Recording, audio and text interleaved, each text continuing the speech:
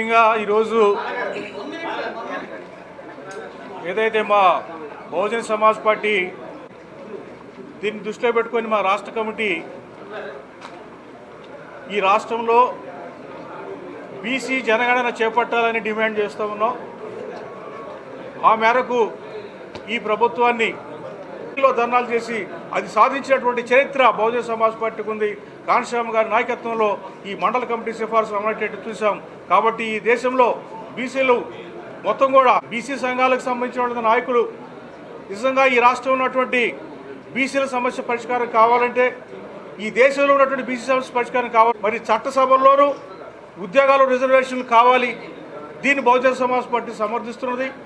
ఆ మేరకు రాష్ట్రంలోనూ దేశంలో ఉన్నటువంటి నేషనల్ లెవెల్లో ఉన్నటువంటి ప్రజలు బీసీ సంఘాలన్నింటినీ కూడా కలుపుకొని, బీసీ మేధావులను కలుపుకొని, ప్రజాస్వామ్యవాదులను కలుపుకొని విజయవాడలో పెద్ద ఎత్తున ఒక మేమందరం మా పార్టీ తప్పకుండా కృషి చేస్తుంది, పోరాడుతుంది. మరి గతంలో మండల్ కమిటీ సిఫార్సులు అమలు చేసి బీసీ రిజర్వేషన్లు కావాలని ప్రధానమైనట్టుగా తమ రాజకీయ ప్రాతినిధ్యాన్ని పెంచుకునేట్టుగా కృషి చేయాలని చెప్పి సందర్భంగా మేము తెలియజేస్తున్నాం. అంతేకాకుండా మరొక ముఖ్యమైనటువంటి రౌండ్ టేబుల్ సమావేశాన్ని ఏర్పాటు చేస్తూ ఉన్నాం. ఆ తర్వాత సెప్టెంబర్ 17 పెరియార్ రామస్వామి నాయకర్. ప్రజలు కూడా శాంతి కాముకులు, చాలా మంచివాళ్ళు. ఈ వేరే ప్రాంతాల్లో పనిచేశాను అనుకోండి, అక్కడ ఎలా పనిచేశానంటే గట్టిగా పనిచేశానని చెప్తా, ఇంకో చోట అయితే జాగ్రత్తగా పనిచేశానని చెప్తా. విశాఖ నగరంలో కానీ శ్రీకాకుళంలో కానీ ఆనందంగా పనిచేశానని చెప్తా నేను. ఎందుకంటే ఇక్కడ ప్రజలు అంత మంచివాళ్ళు. ఇదే మంచితనం రాష్ట్ర స్థాయిలో అందరూ వాడుకుంటున్నారు ఉత్తరాంధ్ర ప్రాంత ప్రజల్ని. అది ఉత్తరాంధ్ర ప్రాంత ప్రజలకి అవి సరిగ్గా తెలిసినప్పటికి కూడా ఏం చేయలేని పరిస్థితిలో ఉన్నారు. ఎందుకంటే ఉత్తరాంధ్ర ప్రాంతం అంతా కూడా అప్పుడు వాళ్ళ రాజకీయ నాయకులు వలస రాజకీయ నాయకుల చేతిలోకి వచ్చేసింది. అంటే ఇక్కడ అంతా కూడా మీరు చూడండి, అర్ధరాత్రే ఒక క్యాండిడేట్ని ఎంపీ క్యాండిడేట్గా డిక్లేర్ చేస్తారు. అనకాపల్లికి సీఎం రమేష్, ఆయన్ని పార్లమెంట్ అభ్యర్థిగా డిక్లేర్ చేస్తారు. ఇక్కడ అది ఎక్కడ చిత్రమో చూడండి. కడప నుంచి వెలమ సామాజిక వర్గం నుంచి వచ్చిన ఆయన ఉత్తరాంధ్ర వెనుకబడిన ప్రాంతంలో ఒక పార్లమెంట్ సెగ్మెంట్కి ఎంపీ క్యాండిడేట్గా సీఎం రమేష్ అని ఆయన వస్తాడు. నేను ఒకటే అడుగుతున్నా, ఇక్కడ ఉత్తరాంధ్ర ప్రాంతం నుంచి ఉన్నటువంటి వెలమ కానీ, కొప్పుల వెలమ కానీ, లేకపోతే కళింగ కానీ, లేకపోతే తూర్పు కాపు వర్గానికి చెందిన వాళ్ళని ఎవరినైనా సరే కడపలో ఎంపీ అభ్యర్థిగా పోటీ చేసేటువంటి పరిస్థితి ఈ రాష్ట్రంలో ఉందా నాకు చెప్పండి. అంటే ఏంటి అర్థం?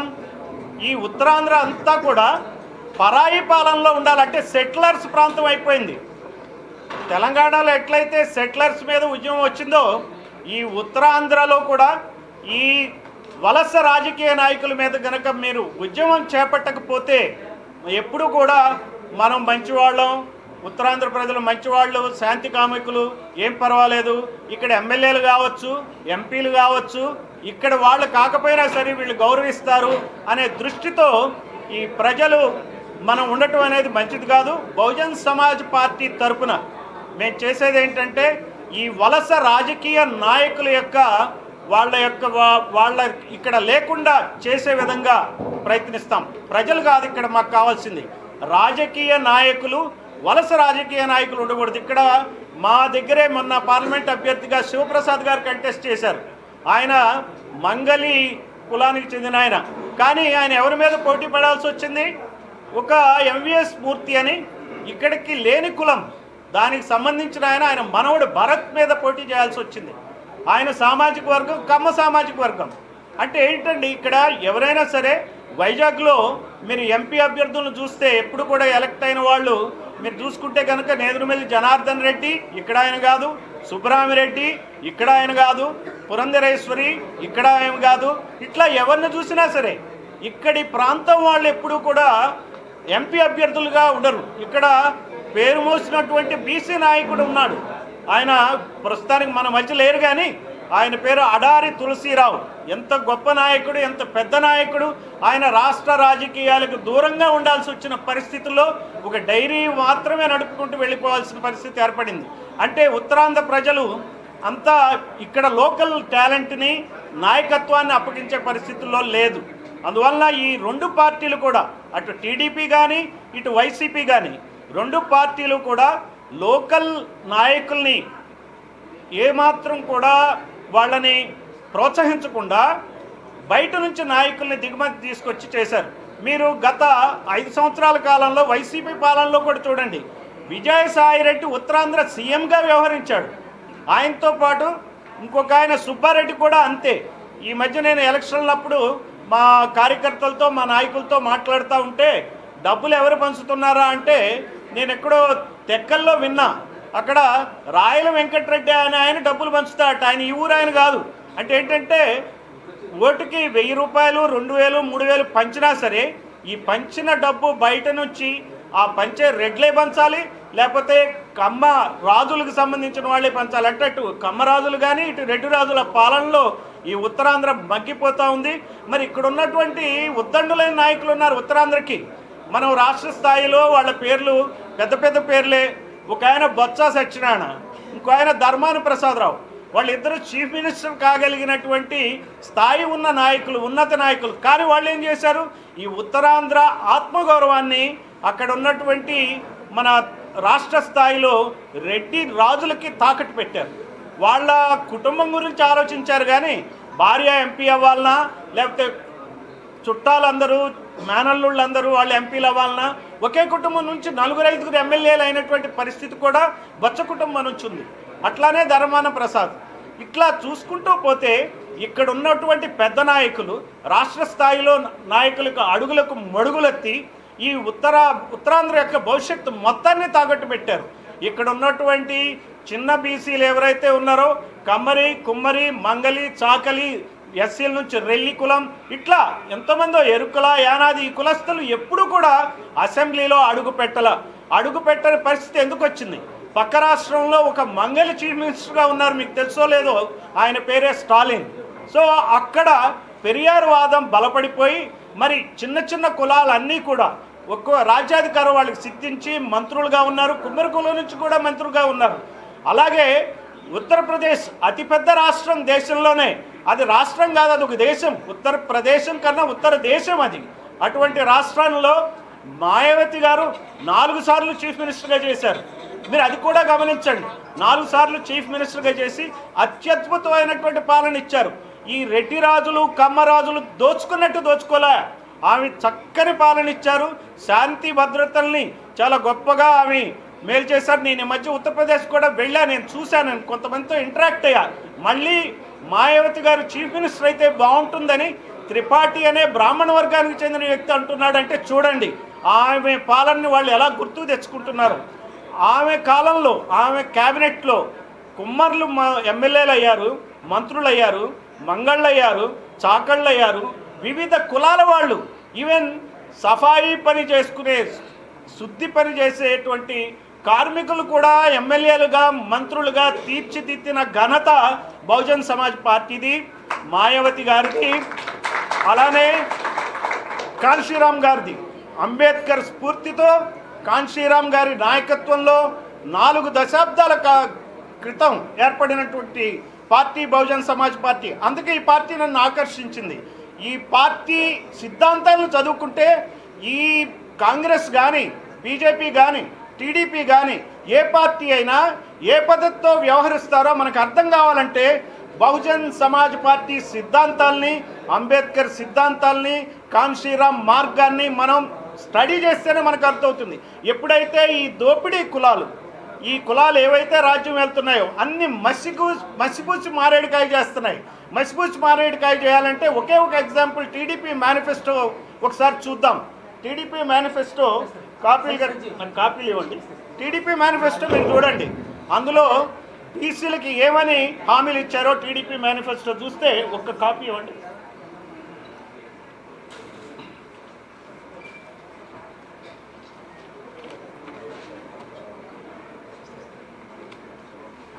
బీసీలకు రాజకీయ ప్రాధాన్యత చెప్పుకోవడానికి చాలా బాగుంటుంది, నేతి బీరకాయలాగా.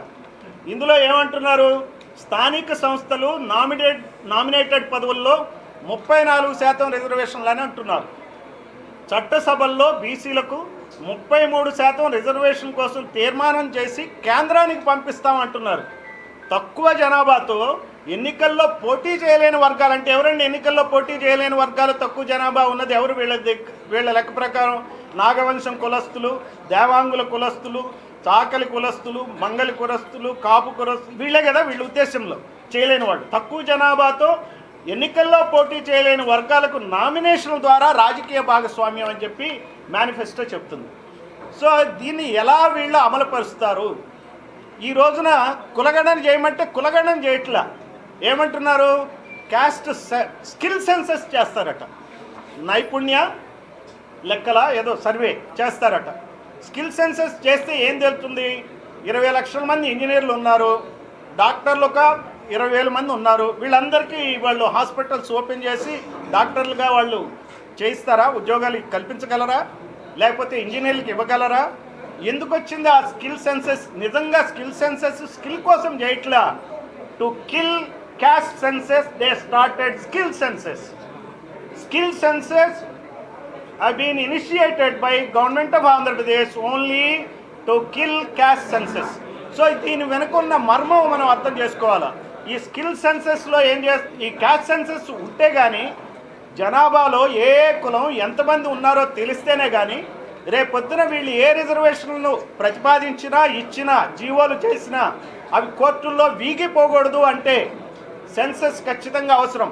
ఇటు చూడండి, దేశంలో ఏ రకమైనటువంటి మాయ జరుగుతుందో. క్యాస్ట్ సెన్సెస్ చేస్తామని అమిత్ షా గారు చెప్పారు, కానీ అతిగతి లేదు. క్యాస్ట్ సెన్సెస్ మేం చేస్తామని రాహుల్ గాంధీ చెప్తున్నాడు ఆయన. మరి వాళ్ళ పార్టీ ఎప్పటి నుంచో ఈ దేశాన్ని వెళ్తుంది. వాళ్ళ పార్టీ 1951లో బీసీ సెన్సెస్ చేయమని చెప్తే కాన్స్టిట్యూషన్లో అంబేద్కర్ గారి ద్వారా పెరియార్ చొరవతో ఆ కాన్స్టిట్యూషన్లో ఫస్ట్ అమెండ్మెంట్ 1951లో తీసుకొచ్చారు బీసీలకు రిజర్వేషన్ల గురించి. దానికి సంబంధించి 1951 నుంచి ఈ గత 2-3 ప్రభుత్వాలు తప్పిస్తే మొత్తం కాంగ్రెస్సే ఏలింది, కానీ సెన్సస్ చేయకుండా అవాయిడ్ చేసుకుంటూ వచ్చారు.